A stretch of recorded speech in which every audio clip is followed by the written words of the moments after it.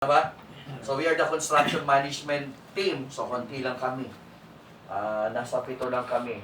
Engineer, so yung CM or construction manager, civil engineer, mechanical engineer, at saka yung electrical engineer, technical assistants, at saka si safety manager, no? Or yung si safety inspector. So I was hired as there no, so safety inspector. So ang focus ko is to evaluate and to conduct an audit doon sa mga general contractors, subcontractors, at saka sa mga trade con. Para ma-ensure na before sila mag-start, katulad nyo, may mga proper requirements din sila. May idea ba kayo bakit kayo nandito? Anong idea ninyo? Kasi pwede naman si safety yung mag-conduct ng training, tama ba? Pero bakit kailangan pa si STO? Authorized, ano pa?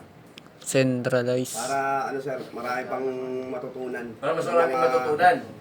Lumawak po. Lumawak. Pangunawa. Yung kaalaman. Kaalaman. Yeah, tama kayo doon. No? So that is the objective is para mag-gain kayo or ma-educate kayo in terms of your critical work activity. Yes, sir. Kasi Tama yung training na to, so minamandate siya under po no, ng ating po Republic Act 11058 under siya na Section 16, paragraph C. So lahat po no, ng critical work activity at kasama po dyan yung excavation, kasama po dyan yung confined space at kasama po dyan no, so yung tinatawag natin ng working at heights. So kaya tayo nandito. Hindi tayo kasi pwedeng idalhin sa field kung wala po tayong mga ganong requirements. Okay? Yes, sir. So ibig sabihin, meron tayong non-compliance. So mababiolate natin no, yung requirements na yun. At once na may mangyari, so isa yan sa mga hahanapin nilang dokumento. Okay. So, right now, I handling all Globes projects. So, yun lang po yung chine-check ko or yung ini-inspect ko in terms of all their contractors. So, previously, I started my career sa electrical equipment and system integration as a safety officer. After 5 years in service, I decided to leave the company and look for some other company that will grow no, so my abilities. Kasi gusto ko mag-practitioner. 2023, I've been part of one of Ayala group of company under MDC. And I was hired there as their safety head. So, dyan sa Makati, sino nakapunta ng MDC? So, maraming MDC. Saan project? Natin sa Ayala. Ayala, sa Ayala? Cebu din ako. Ayala din. Ayala, Cebu. Yan. So, ikaw, sir? Doon lang, sir. Saan ano project niyan, sir? Sa may pundo, sir.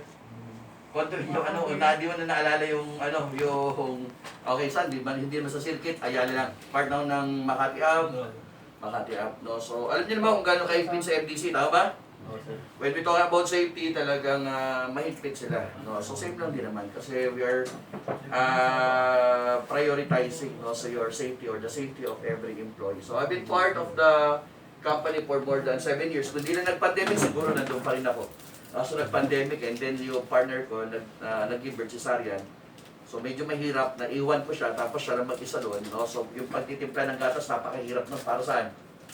So, doon sa condition niya. No? So, yun nag-force sa amin. So, 2020 of September, I formally decided to render no, my formal resignation.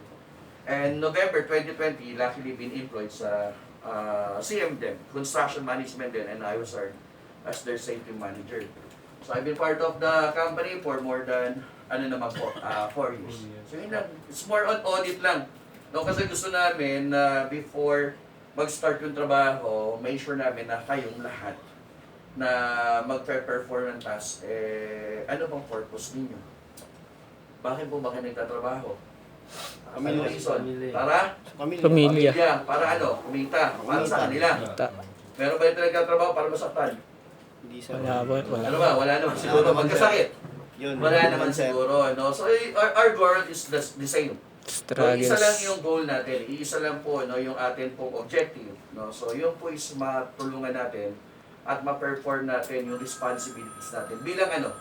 Bilang mga inang tahanan or ina ng tahanan, no? So yan. So kaya hindi tayo papasok doon para magkasakit, magdadala pa tayo ng ano, problema saan? Pamilya. Tama ba? Yes, sir. So kaya we are here to ensure no na every one of you guys is ma-equip no ng necessary information so for you to be all guided. Now before kayo mag-start ng trabaho, ma-ensure ninyo, no? So yung kaligtasan ninyo at kaligtasan po, no, ng ating mga kapwa manggagawa. Sino ba pasaway dito? Ano ba? Pero ba wala? Dati lang, sir. Dati. Gawain ko na naman yan nung wala, di pa ako sa safety. Taas ka na may Oscar. Hindi pa fanatic ng safety, gawain ko rin yan Pero nung Fanatic na ako. realize din naman natin, tama ba? Na pagka gumawa tayo ng mga bagay, no, that will deviate or that will willfully disregard the policy, isa lang ang patutunguhan natin. Alam nyo kung ano? Consequence. Tama ba? Yes, sir. Consequence yan. Pag nahuli ka, swerte mo, ano lang yon? Memo. Memo, penalty lang. Violation. Pero pag nagkamali ka, pwedeng last na yun. Tama ba? Yes, sir. Warning Saan? sign. Sa uwi? Sa bahay o saan? Sa langit. Sa langit, So, yan, depende sa yan, no? pulis. So, kaya never tayong gagawa, no, ng mga process natin or actions, no, na pwede po makasama sa inyo or sa ating po mga kapwa manggagawa. Before we start, first, syempre gusto ko muna malaman yung inyo pong mga nickname na lang. Glenn po. Sir Glenn, JB. Sir Alan, Sir Glenn, Sir Alan, Sir McCoy, Loy. Sir Loy, Salvi. Salvi. Sandy, Emmanuel. Sir Eman, Daily. Sir Bailey, Alvin. Sir Alvin, Michael. Sir Michael, Yan. Sir Ian, Sir Glenn, Bochok. Sir Bochok. Bochok talaga pangalan mo? BJ po. BJ. Oh. So yan, so Sir BJ. Chris. Sir Chris. Vincent, Vincent. Larry, Sir Larry. Sir Norman. Derek, Sir Derek. Greg po. Edgar. Edgar. Greg. Si Sir Greg, no? So yung safety natin. So yun, so kasi gusto kong magkaroon po no, ng better communication sa inyo. So kaya mahalaga na malaman ko din ito so yung inyo pong name. So I think we can start na no, so with our first topic. So unahin na natin yung demolition safety or demolition yung excavation safety. So lahat po ba kayo right? 6 floor yung naabutan ko doon. Pero wala basement, meron sir. Meron sir. Meron. So commonly pag gano'n, no, so talagang when we talk about construction, nag-start talaga yan sa excavation. Tama ba? Yes, sir. So yan. So kung merong basement or wala, pero meron tayo kung walang basement, so meron tayong tinatawag na boring. Tama ba? Yes, sir. Board And pile. it's part also board pile, no? So we also that is also part of the excavation. So that's why when we talking about excavation, so this is one of the high risk or critical work activity na pagka nagkaroon po ng mga lapses or ng mga mistake doon sa process natin or hindi natin no na-perform well, ano mangyayari? So magkukulapse yung soil or mag-erode yung soil at pwede pong may tabunan, no? So that's why before we start, no, so yung excavation safety natin or excavation work natin, so make sure that every one of you guys have the proper information to understand ano-ano po ba yung mga possible hazard na meron doon sa ating pong construction site or doon sa ating pong kinakandak no, na activity na excavation work. So let's talk about the objective first.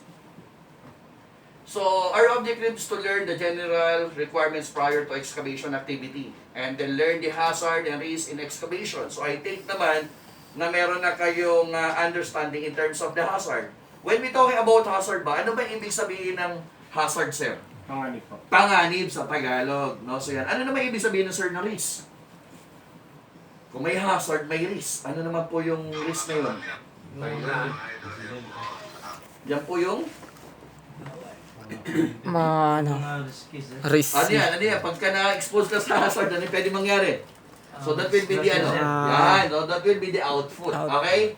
So that is the combinations of the probability at saka po yung severity.